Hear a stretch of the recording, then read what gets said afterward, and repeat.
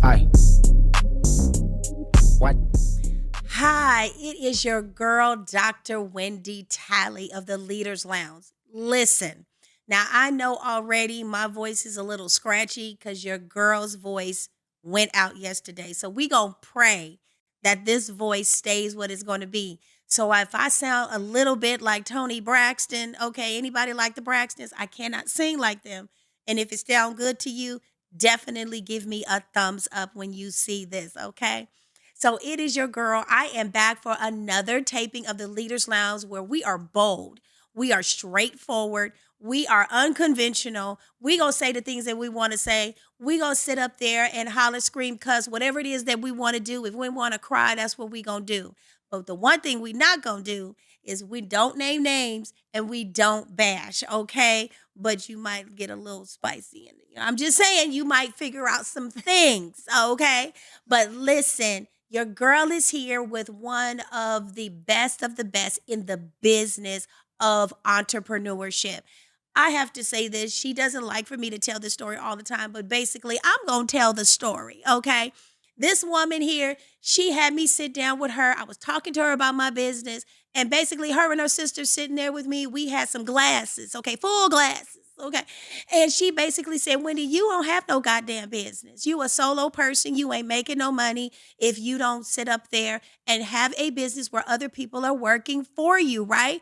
And I'm like, well, wait a minute. I felt a little bit, taken back and offended. And she really doesn't care how she continued to sip her glass. But basically what she was telling me, if I want to do the things that I want to do and scale the way that I wanted to scale, I needed to come out of my comfort zone and hit it head on. And since then, because I listened, even though my little feelings was hurt and I grabbed my pearls, this woman has helped me scale my business to six figures year after year after year because of that.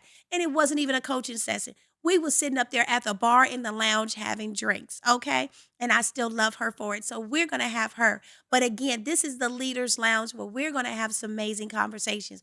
But I just want to bring to you this amazing person. Her name is Tanya Griffin, okay? She didn't even just give me a bio. She gave me her story, child. So I have to read this, all right? So let me just go ahead and read this. I'm in the stage of perimenopausal. So if I miss some things, you guys gonna go ahead and love me through it.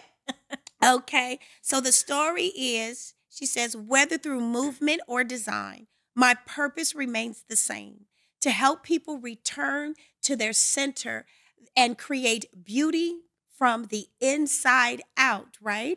As a wellness curator, big words, right? Curator, you want to look that up. All right, an interior designer known for creating soulful sanctuaries in kitchen, baths, and homes. Let's also put in there the bedroom. Okay, and today trading blueprints for breath work, emerging my eyes for beauty with a deep passion for well-being. Bring it in. So she has just became a certified, okay, bona fide and certified yoga studio after learning to divorce, honey, divorce with grace, stay present as a mother, business owner, and friend to many. Yes, friend to many. Life called me inward and it made sense to create a, what is it, Pavatra well-being? Pavitra Wellberg. You got to help me, do these things. Formerly known as Brunching with the Experts. I was actually a speaker of that. And when my book launched, you know what I'm saying? That was one of my things. So I just want to welcome you to this ambitious yogi, certified bona fide interior designer of 20 plus years to the Leaders Lounge. Yay! Give me some claps. Thank you. I can't press the button because I'm all over there. So welcome, Tanya. Thank you, thank you, thank you. Do you like this setup? Isn't it amazing? Man, it's bomb. It's bomb, right? It is. Listen, it's nice. It's perfect. the podcast place I is love the place it. to be. I love Solomon it. is everything, right? Yes. And so we are here to talk about you. Talk to us about Talk who to you me. Talk to are. me. Talk to me about who you are and how did you come to be able to bridge together interior design and breath work and yoga and all of the things. That's a loaded question. Yes, it is. But we're going to talk about me. Yes. Okay, so long story, Mhm. you know? So I've been an interior designer for 20 plus years. Every facet from private to medical, residential. But my biggest thing has been um, as I come into my clients' homes, and the majority of my clients are in the entertainment world, they're executives, they're actors, musicians, pretty much they're always on, Mhm.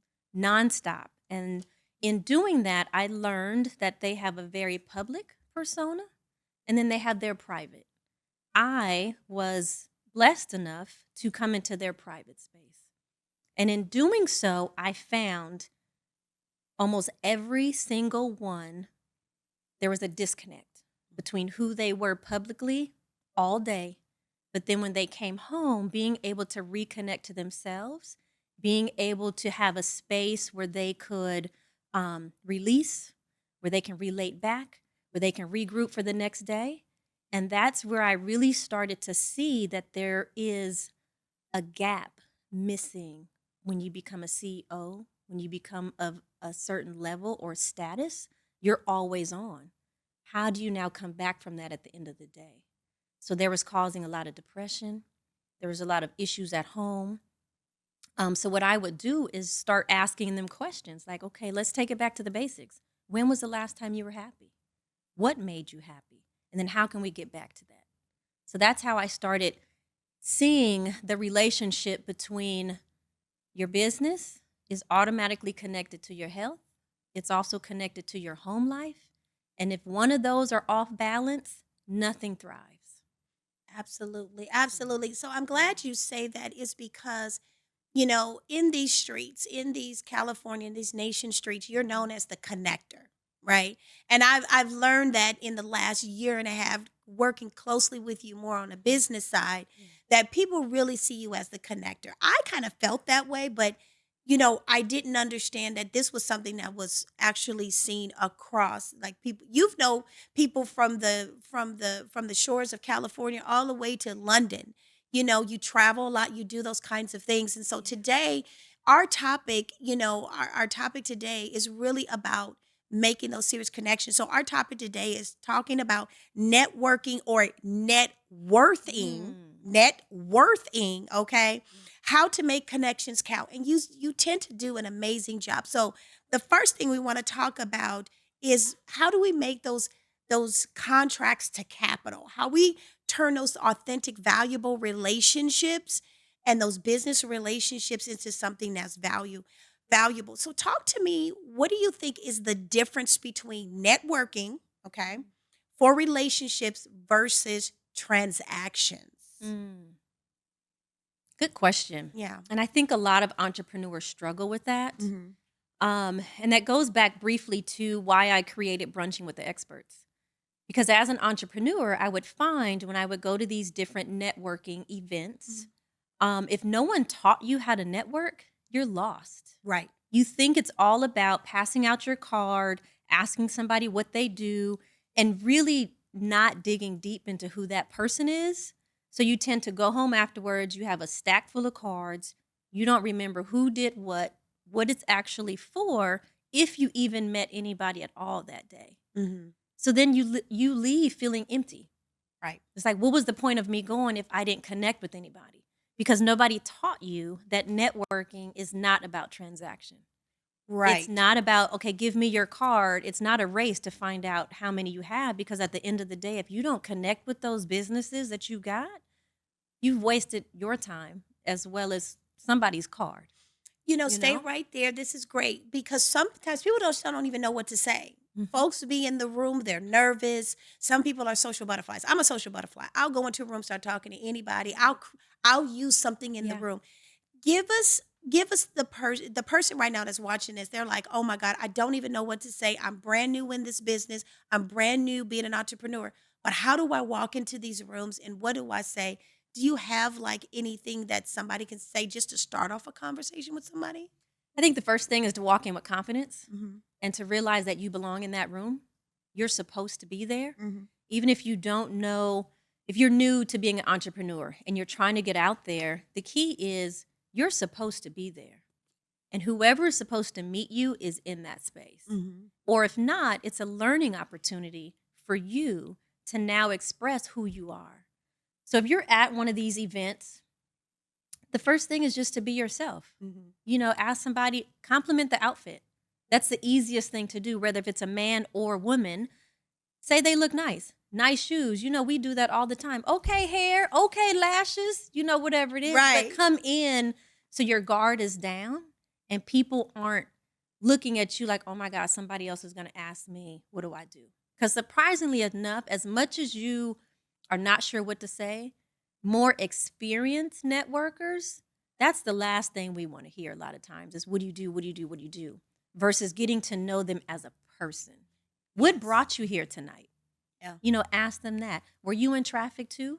Maybe something simple to have a connection. Right. That's the best thing. I love to those. Start out with that. You know what? Thank you for saying that, because I love those networkers that have really good food. Mm-hmm. And I need y'all, when y'all have events, Please have good food. Listen, okay, if I see another carrot and some broccoli and some... And have food that's easy to talk with. Where I'm not gonna have to pick my teeth and be worried about something in the. And then you got all of the juiciness from the chicken strips and the the wings and all of that, and you sitting there licking your fingers. True finger food. And then you're like, oh damn. Okay, and please don't eat when you got all white on unless you got skills to pay the bills. Right.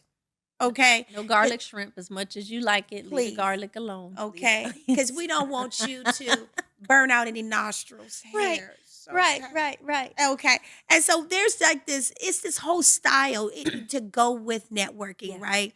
And what I've learned when I walk into a room, if I'm near like a buffet table and I just walked in, oh, I'm so glad they got some food or something like that. People will always comment who's standing next to you. Exactly. They will always comment. Yeah, especially about the food, about the drinks. Oh, girl, they got some wine. Hey, you like some Stella Rosa? Right. Things of that nature. It definitely, you want to be able to utilize the room.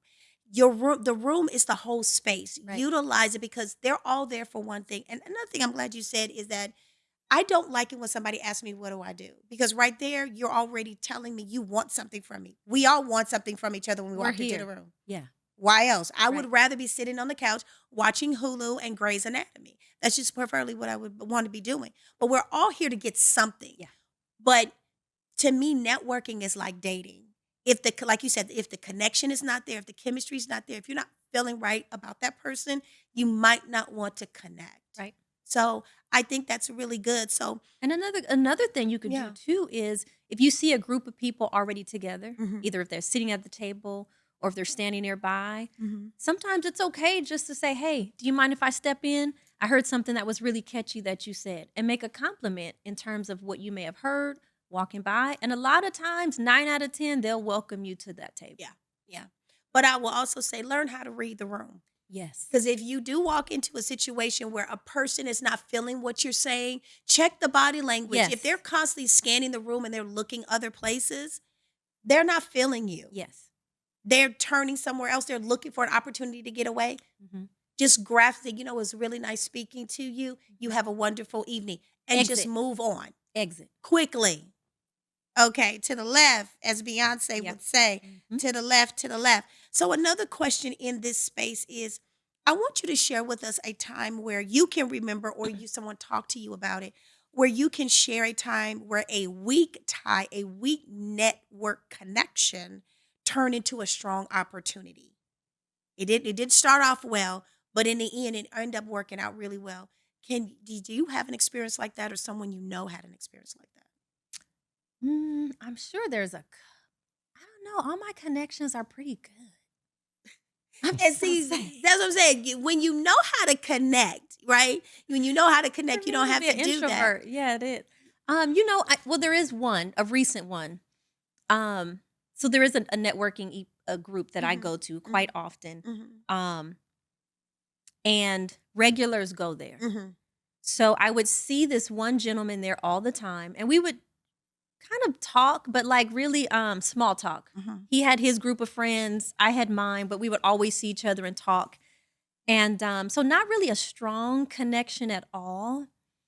But then I saw him post. He would always post about one particular subject, working Mhm. out, working out, whatever. All of a sudden, he made a small post that talked about he owned like 8 properties and apartments and blah, blah, blah, blah, blah. And Okay, I'm like, income, okay, I was increase. like, wait a minute. Bank Okay, this accounts, this the okay. bodybuilder. Okay, wait. So I had to reread it. So Mhm. I hit him up on slid a message like, I just saw you post that you have such and such properties. We need to connect because I'm trying to get where you're doing and what's happening. So come to find out that little small talk of just casual, we knew each other's Mhm. names, but paying attention to what he did Mhm. or paying attention to his post just to stay up to date on people's Mhm. lifestyle, Mhm.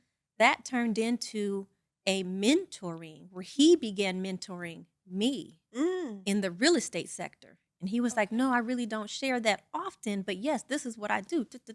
This is your plan. This is what happens. Mhm. Mhm. This was probably 2 years ago and Okay. now has helped me through several transactions and opportunities. So again, something that started out very small, not very, you know, strong at the beginning, but because genuinely he was a good person, I paid attention to his stories. I paid Mhm. attention, made comments, Mhm. how to support even through his workouts. I would say, hey, when's your next competition? I'll come Mhm. support or I'll come Mhm. watch.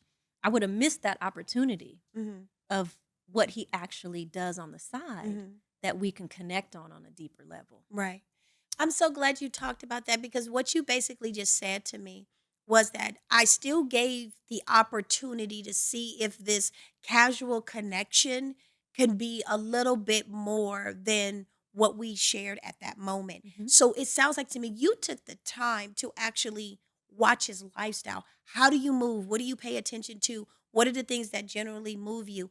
I go back into that go into the net worthing of it Mhm. all. His worth was being displayed. And you would say, let me see if there's any real value here in this space and if this can actually work for me. Mhm. And I think a lot of times we struggle as leaders. We're so always on our brand. Yeah. We always have to put it out there. We Yeah. just can't really be ourselves. And sometimes people are great in their profession, they're not great personally. They Right. don't really know how to interact. They're nervous, they're shy, Yeah. things of that nature. And so sometimes you have to let people be by themselves with themselves and let them shine on their own. And then you can see them and Mhm. they're like, oh, okay, that's what that was. And then Mhm. pull them in. So it sounds like that was that casual connection, not a weak tie, but a casual connection turned into an opportunity for you. Mhm. So that's really, really good. So talk to us about how do you nurture those relationships? I have seen you nurture relationships 10 years, 20 years, 30 years. 30 years. And I'm like, good giggly wiggly. And it's definitely something that I really admire because sometimes relationships fade. Yeah. Because once you get what you need out of this person, people just tend to fade away and they just go to the next. Mhm. You nurture those. How do you do that? I think the key is being authentic in your Mm-hmm. connections and not always leading with business. Really getting to know people. I value friendships. Mm-hmm. So I value the connections that come from that. Mm-hmm. So it may be because I genuinely like you as a person, we may end up doing business 5, 10 years from now. But the key is what I find is even if it doesn't turn into a transaction now, you will be the person that they refer. Like I have a ton of referrals and I've done the same to where it's like, you know what? I have not used this person personally, but I hear they're great. Mm-hmm. They're an amazing person. Mm-hmm. So therefore, their business, I'm assuming, is doing well because they've been around, they're flourishing, Mm-hmm. and they're a great person, Mm-hmm. you know? Mm-hmm. So then a lot of times, most of my referrals come from people I've met and have never done work with personally. Because Say I that. don't design everybody's home. There you go. Like I'm not in a profession where I'm selling books or t-shirts where Mm-hmm. there's a tangible item Mm-hmm. that I can just hand out. Mm-hmm. You have to specifically be looking for what I have. Mm-hmm. Um, but because I'm also in a niche that there's not a lot of me, meaning Black women designers that Say are that. local, Mm-hmm. I tend to pop into people's mind most often. Yeah. You stand out. You bring value in a space that is not common. And so then you also stand out to people. And it sounds like to me you've made those connections that had nothing to do with business, but they connected to who you are and your value.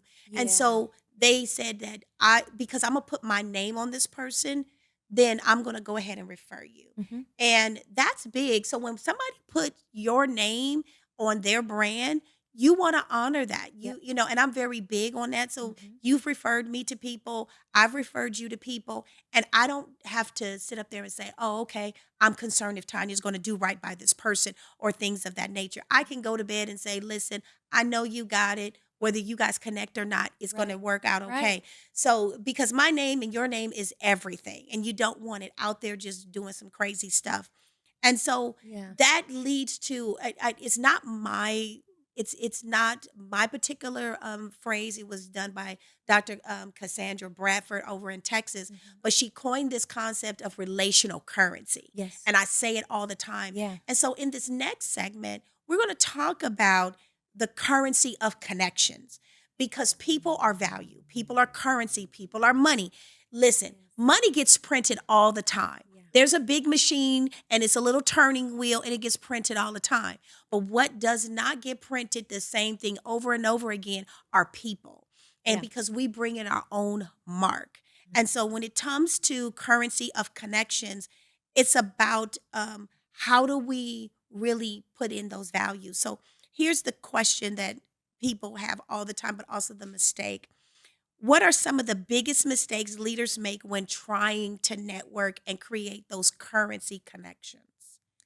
I think the biggest mistake is leading with, "This is what I have, and I know you want it." Or leading in with, "Well, because you're my friend, just go ahead and buy it." It's like at some point, I can't buy everybody's stuff. Yes. And I'm gonna end up with a bunch of stuff I don't need, I don't want. Yes. You know, Yes. not in that way, but everybody's product isn't you. Everybody has a niche and a market, and I may not be your market. And just because I'm your friend, that doesn't warrant me having to buy it. Stay right there because you didn't say something that a lot of people have always wanted to say and they didn't want to say it. So I'm going to say it to you in your face.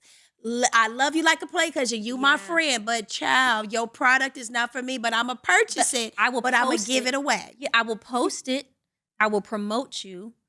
I will maybe get it as a gift or somehow ask if you have a gift card or something where I can gift it. Mm-hmm. But to feel obligated to have to get, that's like me saying, "Oh, I've seen your place. You want the kitchen done, right? Like, I know you're going to come to me because you need that kitchen." It's like, Basically, your kitchen is raggedy. like I saw that Okay. bathroom, you need a Yeah. little extra, you need a double sink. Like, it's not.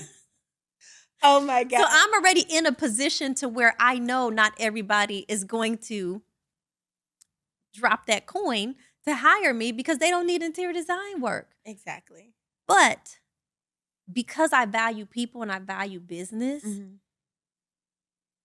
the relationship currency it really isn't who you know. Yes. Because I enjoy when somebody says, "Hey, Tanya, do you know so and so?" Yeah, I do. I don't know how many times I've referred out grant writers and I've never had a grant, or how many times I've referred out a particular service and I've never needed child protective service. You know what Mm-hmm. I mean? I've never Mm-hmm. needed these things, but I Mm-hmm. have them in my Rolodex quickly and somebody who I can do a formal introduction to. Yes. "Hey, I do know somebody. Let me do a quick connection through a text or Mm-hmm. an email." Mm-hmm. Um, because it's all about the power of support. And Mm-hmm. especially as being an entrepreneur, it's a small world out there. Yes. It's a very small world. And ethics and character is everything. Yes. And I'm going to say that again. Please say it for the Ethics people in the and back. character is everything. Yes. I'd much rather you not connect with me versus connecting with me because you think I have something that's going to benefit you solely Yes. with nothing in return. Yes. Which Yes. which that's a twofold because yes, you can say I like to give with I don't expect much in return. Mm-hmm. But usually if you're authentic, you're going to connect with people where it's reciprocal. Yes. You know, Yeah. in some way or form, it's reciprocal. Yes, I say that because of the fact that I do believe in transactional relationships, and I do believe you're talking about what you said is about being a resource. You Mhm. are a resource to Mhm. people, and that's great. But also, too, you don't want people coming to you just for your resources. Just for the You don't resources. want people just to come and use you, Right. and that's not what you're saying. And I have to say, on a personal note, and you've heard me say this, and I Mhm. think I had texted you a few days ago and said this, like, sometimes I feel like people just want me for what I have rather than want me for generally who I am as a person. Mhm. And that tends to really get up under my skin Mhm. because I don't mind helping. Right. I don't mind using my talent. Yeah. That's what I went to school for, to be able to have a talent and a skill to be able to do of service. Yeah. But what I don't want it to be utilized as, you befriend me to be able to Only utilize. because. Right. Come on, talk about Right. it. Don't And don't friend me only for this and then I don't hear you again. exactly. And I'm going to say this out loud because I can say this, is I do want something in return. What could that be? A post. Share my stuff. Hey, maybe That's the even easy thing tell to me, do. thank you. Share the stuff. Share. Give me some good feedback. You Exactly. don't have Yeah. everybody don't have to buy my book. Yes, you do. But everybody don't have to buy my book. But at the same time, It it doesn't may. cost you anything to talk about it or to post it. Exactly. Or give it as a gift, Yeah. or something of that nature. But I like authentic transactions that have meaningful connections. Yeah. And to me, that is so important. It's not about taking, taking, taking. No. Like, oh, I see Dr. Tally. She's going to give me free therapy for this. She going to see this person for me for free this and Right. free that. I, USC didn't ask me, that didn't give me the education for free. I had Right. to pay Pay them. for it. So I think that And if it is transactional, then tell me. just say it. If It's I ain't heard from okay. you in 6 months, hey Tanya, I know I don't call you that much. We're not that close, but I have a new product and I'm trying to get people to buy it. That's it. Don't ask me how my Cool. kid I is doing. appreciate your hustle. What you Exactly. got? I would appreciate that more than a bunch of small talk to get around to, okay, what you really trying to sell me? Exactly. We not Girl Scout cookie hearing right now. Please no.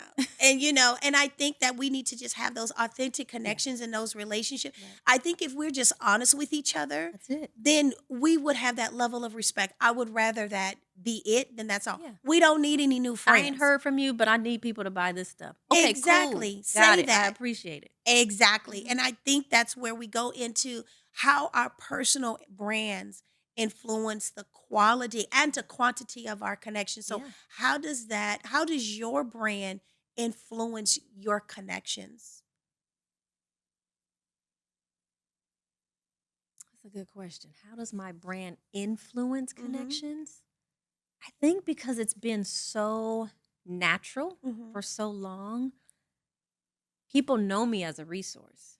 They know me as a connector. Mhm. And they know I'm always willing to give Mhm. or help or share. Mhm.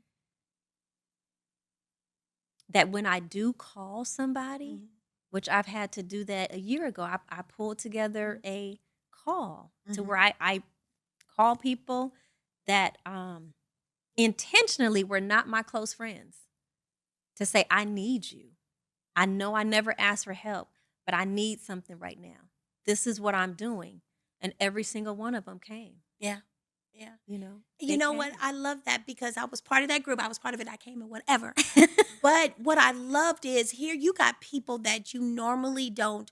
You got some people you connect with all the time. Hmm. You got some people that you've known for years. Yep. And you've got some people that you've known in transactional relationships. Yep. And they all said the same music about you.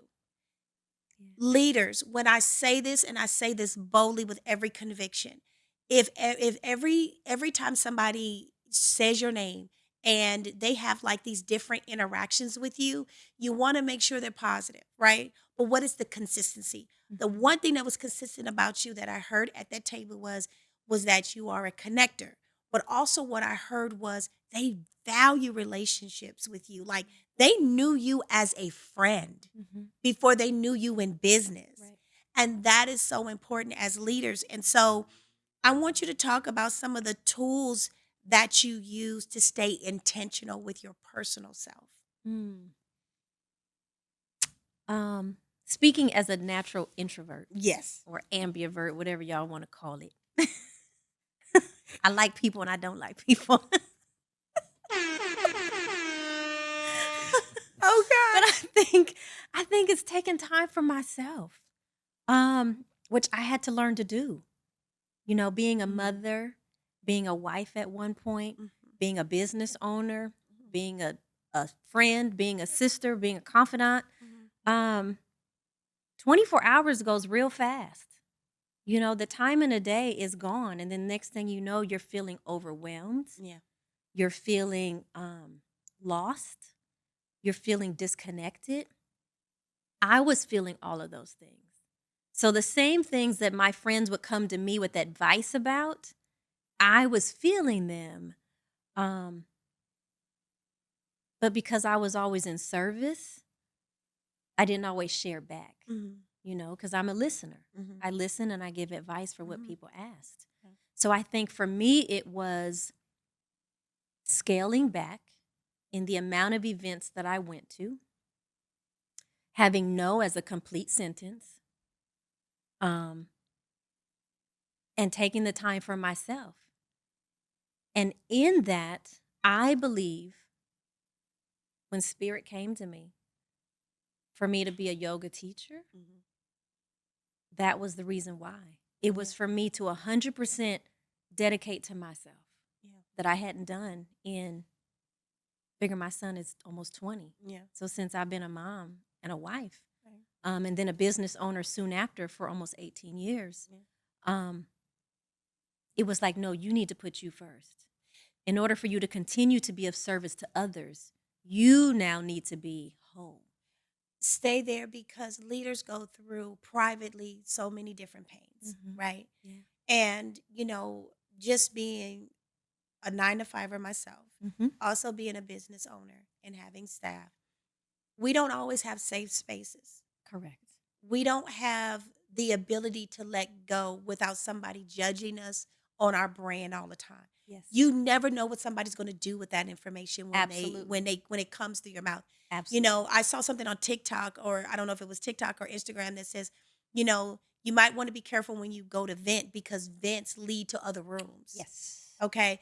You don't know who you may be talking to, Yes. and they could be sharing that information to either hurt or harm. Yep. Okay? Absolutely. And so, as business owners, as leaders, we have these brands. Would you be open to sharing a time in your life where you did not have a safe space and you were running your business and all of that, and it was really taking a toll on you? You have one that you'd be willing to share? Very Uh, short? an event, a time, a A time, space, a a moment space, in a that moment timeline. somewhere? Absolutely. Um, this was probably, I mean, there's been a couple. As an entrepreneur, you kind of hit milestones. Mhm. But the one that stood out was, I'll say 9 years ago. I had just had my second child. Mhm. Um, and in stepping away from my company, my business began to crumble when I went on maternity leave. I put myself on maternity leave because I didn't have, time off and all that stuff. And right then and there, I realized that there are leaders and there are taskers. Mhm. And I learned then as a business owner that I often saw more for people's lives than they saw for themselves. And I had placed taskers in place of my leadership business. And my business began to crumble. And I'm like, Mhm. what's going on? Why the jobs aren't coming in? What's happening? As I stepped away, my baby was maybe 2 months old. And at that moment, I felt like a failure. Mm. I felt like, what is going on? I've ran this successful company, for now almost 8 years. And I thought I was going to bring on a partner. One of the girls was going to be a partner. And I had all this stuff going. And then all of a sudden, I had a baby and it was like gone. Mm. So then I started to feel, man, should I not have taken on motherhood again? Am I doing too much? Is this not right? Like, there was nobody else to talk to because at that moment, I was saving everybody else. As an entrepreneur, you make sure that if you're not providing full medical benefits, you're compensating in other ways. You're Mhm. helping with school, you're doing reimbursement plans, you're paying for rent. So at this moment, I was bleeding. Mm. I was bleeding like 15 grand a month between salaries, rent, paying for schools, paying for this, paying for all these different things to make sure that my staff was good. But at the end of the day, I had nobody else to turn to. Who was making sure that Tanya was good? Exactly. Wow. So that was one pivotal moment there where I was like, nobody is, your urgency isn't going to be somebody else's urgency. Right. Right. So at that moment, I realized I have to make sure that I'm good and that who I'm pouring into, I'm also surrounding myself with people who can now pour back into me Right. when I need it. Right. You know. That is so, and thank you for willing to share that, because I know that can resonate with a lot of people. It resonates with me. When I started my very first private practice and having a business partner and all of that, it was always great and all of that. But you got to know who you're partnering with. You got to know who you're working with, because people are great in their position, not in the Yes. position that you put them in. Yes. And that was huge for me. And I've learned that too, that not everybody has my vision, not everybody has my drive, but there are just some people that are great taskers.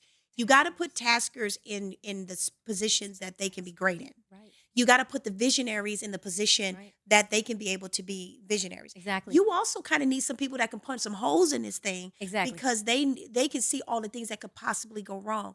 This is something where you have to learn your people, you have to learn your business, and I've learned that over time. And But I also, learned that I'm through gonna interject. mistakes. Mhm. In knowing yourself as a business owner, learning where your strong points and weak points are. Yes. Like me understanding, I'm not a micromanager, but if you hire people that need to be micromanaged, there's going to be a disconnect. Yes. So it doesn't fall back on, oh my gosh, I'm a bad manager. No, you just didn't pair your management styles with who you hired. Say that again, please. Right. And on then how we hire. understanding, everyone talks about love language for intimate relationships, but there's love language for friendships. There's love languages for your staff. Understanding, how do they like to be praised? Yes. How do they like to be rewarded? How do they work? Do they need micromanaging? Do they not? So having also the questions to ask and to understand during that process, to know they may be an amazing person to hire, but if you can't manage to their style, it's not going to be fruitful either way. Let me just go and give that, because that is huge. Huge. When you're a small company and there's Yeah. only 3 of you, 5 of you, or however many, 2 of you, you need to make sure you're hiring the person that you can not only get along with, who can handle the task, Right. but that matches your management style. Exactly. It's different when you're in a large corporation. You have multiple managers and staff and senior staff and not. Okay, cool, you can pair them with somebody. But when it's just you and 2, 3, 4, 5 other people, you have to make sure that you understand yourself. Right. In order to hire the right people that's going to do right by the company. And I will say this is that this is no plug for any particular organization or anything of that nature, but doing personality tests, leadership tests, things of that nature, to find out where you are in different quadrants of what type of leader are you. And then if you find that you are in the space of leadership where maybe that's not where you want to be, you want to move to the next level or next maybe linear side, then you work to get a coach to be able to do those kinds of things. Yes. But since some things are just naturally who you are, Right. I make the mistake personally all the time by taking my connections a lot of times too personally. Yeah. And then what I end up doing is, getting bit in the ass at the very end when I need to make a hard decision. Correct. If I have to Yeah. move my hand, now the relationship becomes uncomfortable. Right. And a lot of leaders tend to make that big mistake. They get too personal. They definitely get too personal. Absolutely. We are going to have some topics on too personals and things of that nature, because some of y'all leaders be doing stuff you ain't supposed to be doing.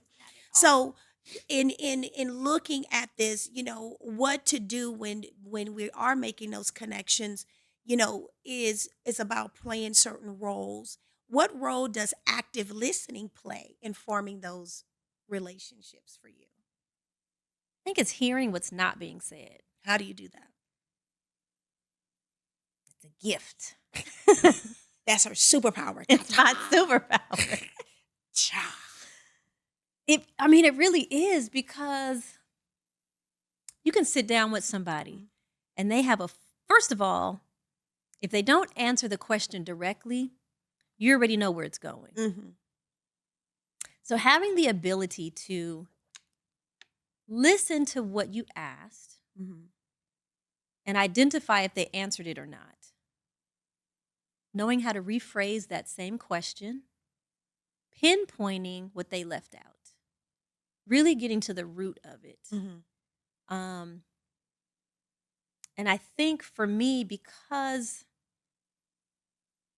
of my background in interior design and being a project manager, since I was, I don't know, before I was 20 or something, many moons. Yeah. But I was trained in looking at stuff at a bird's eye view. Mhm. You have to look at the entire project, the entire scope, to see kind of what's the lay of the land, Mhm. what's happening. And then from there, you break it down into segments Mhm. and pieces. And then you can get to the root of what's happening. And by doing so, in listening to the conversation, you can identify where the problem is, Mhm. where the solution needs to be if it's not already there. Mhm. But then also what resources you need to bring in to help if that person can't do it. Mm. It's not a matter of saying, okay, well, they're not qualified or they can't, but perhaps it's not their strong point. Mhm. So how can you assist them? Right. How can you bring that in? So it's really listening to what people don't say. Right. Because often if they're not clear, if they're not confident about it, they're going to dance around the entire subject, not really say, not really address it. Right.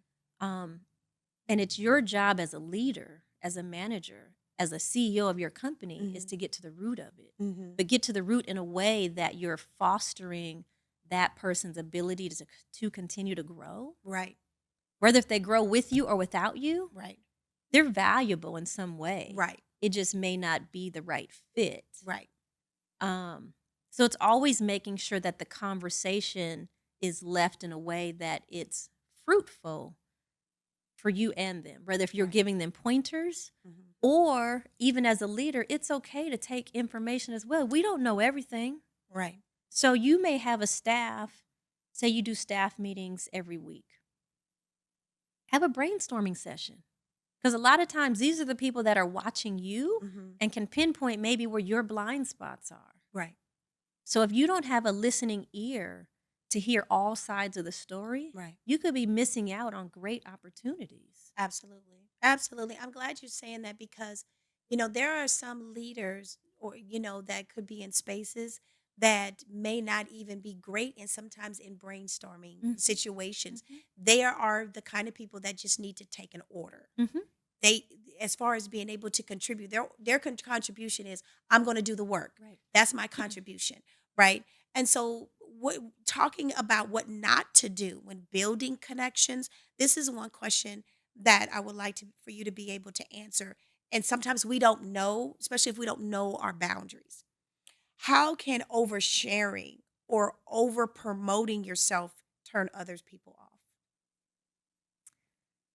I think it's an ego thing. I think it depends on how you do it. Yeah. Because there's nothing wrong with promotion. Hmm. There's nothing wrong with being excited if you do something well or if something happens. But if you do it in a way to where you don't give the same gratitude and excitement for somebody else, then that's a problem.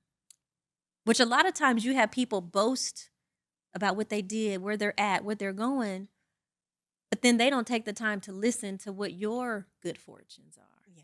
So then that's when it's a turnoff because then it's like, oh my God, here she come again. She gonna talk about something and don't nobody want to hear that shit because you don't take the time to value anybody else. Yeah. You want to be the center of attention at all times. Right. And when the attention's not on you, all of a sudden you got an attitude. Exactly. Well, I'm sorry, sweetheart. Like the world don't revolve around you. And some people think it does because sometimes you'll go into a conversation with a person about something, but you're wanting feedback, and they somehow turn the conversation about them, Yeah.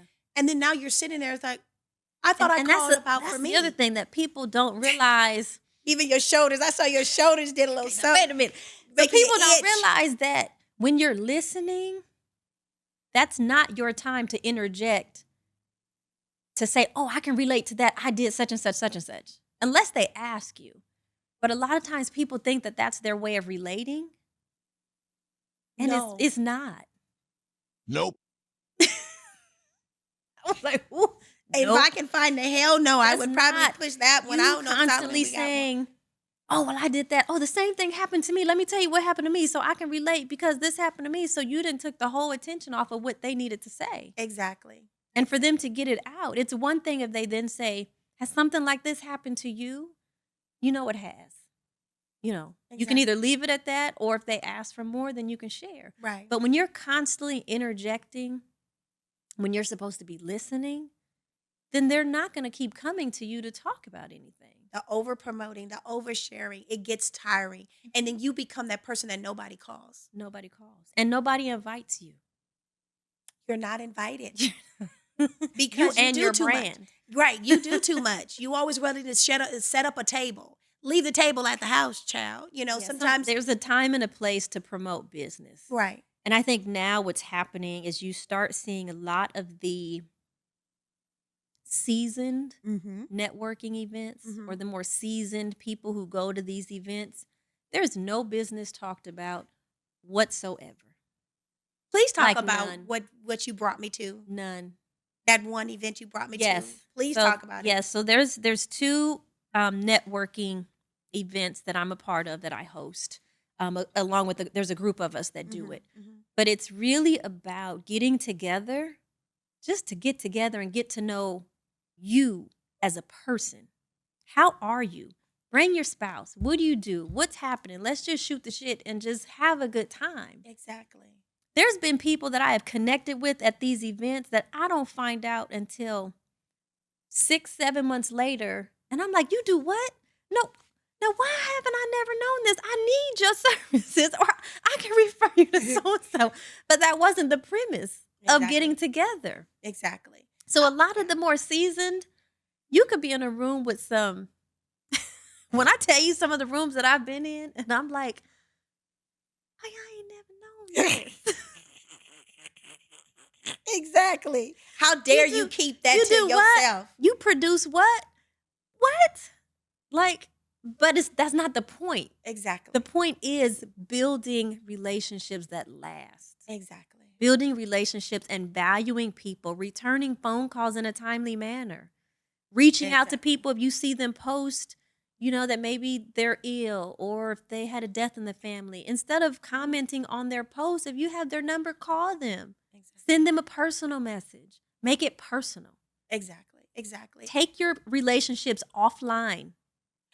Oh, and in Take this them world, offline. it's hard to do that, especially in business, but people don't understand those valuable relationships offline can really build those online And promotions. I'm going to say this the same way as I told my son, because he's been with me on my entrepreneur journey. So 20 years I've been in business. He's now 20 and he has seen me. Mhm. He's now old enough to make his own connections. Mhm. And I says, if I haven't taught you anything, it should be that networking and people relationship is the most valuable thing you can do. Right. Because I'm telling you now, the majority of the people in business have gotten there because of a phone call that was made. Mhm. Not necessarily because of their knowledge or that they're good at it, but it's who knows who that referred you into that position. Absolutely. So make those connections. Absolutely. Value the people because there's nothing like picking up the phone and being able to call Absolutely. or refer or to ask. Yeah. That's going to take you so much further than anything else. So as we come to, a close on this, give us, 3 amazing tips, tools that you personally utilize in your toolbox on making sure that in these networking connections, you're making the net worthy, and making sure that we cultivate and nurture those things. What are some 3 things you can leave us with? I think it's the first one, I would say be authentically you. If you genuinely want to connect, connect. If you don't, don't. Don't make it fake. Exactly. If you get somebody's phone number and they're willing to give it to you or exchange an email, shoot them a call or a text right away. Don't wait next month, 2 months, because they're not going to remember who you are. So start the relationships out strong. Mhm. In that beginning phase, let them know your schedule. I'm busy. I only go to networking events once a month. This is what I do. So you're setting up not to fail. Right. You're setting up at the beginning who you are, not only as a person, but you have integrity with your schedule. You value their time and yours, and you're laying it out up front so that they know, okay, I'm only going to see you once a month at this event, but you're going to call me such and such.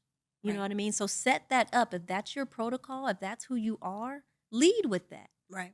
So people don't expect something more from you that you can't or not willing to give. Powerful, powerful, powerful.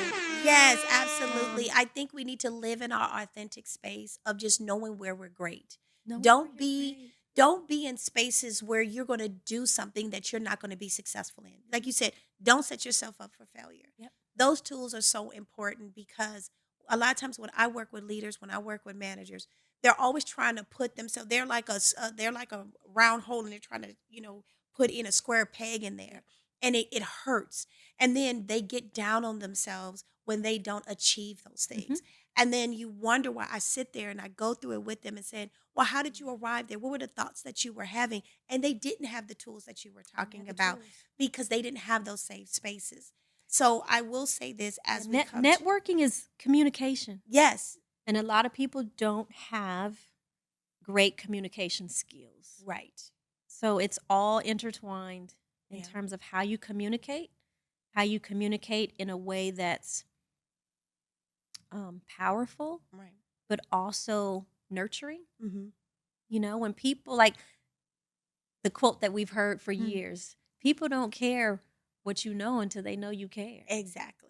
You know, so until people feel that you're genuine about your product, your brand, whatever you're offering, if that doesn't resonate in your regular correspondence, Right.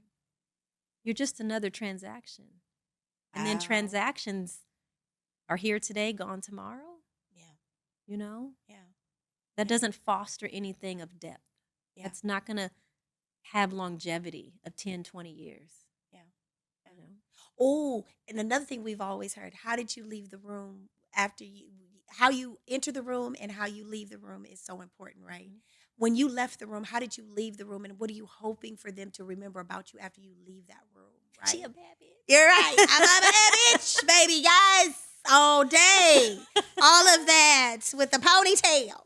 Anywho, but that's what we want to be able to do is leave with some. What was your Leave. aroma? Were you funky? Don't leave like and acting like your shit don't stink. And your ass did, That's baby. it. You didn't. Don't let the water just run down. You need to scrub that. That's it. Okay. What was the aroma when you left? Right.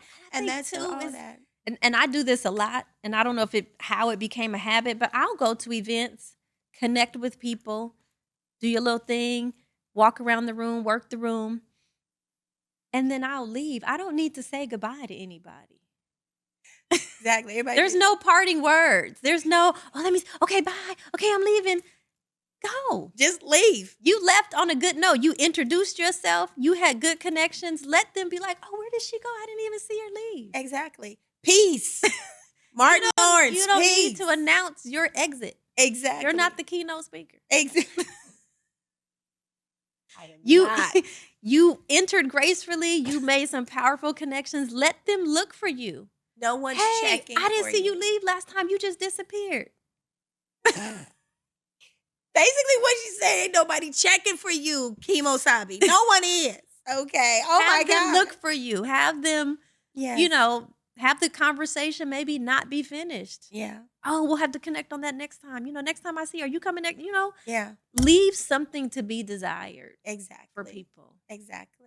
You know? Well, listen, y'all. This is the Leaders Lounge. We had the amazing Tanya Griffin, the ambitious yogi, interior design, international, national connector. She's all of that in a bag of chips.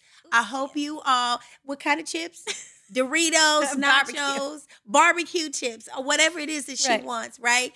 But she has really given you some amazing tools and tips. And I just want to make sure that you guys take copious notes. This is the Leaders Lounge where we're going to say what we want to say, how we want to say it. We're going to say it boldly without hurting any brands or any person's names. But at the same time, you know who you know who the hell we talking about. Right. But with that being said, I'm your girl, Dr. Wendy Talley, and you guys have an amazing evening. Peace.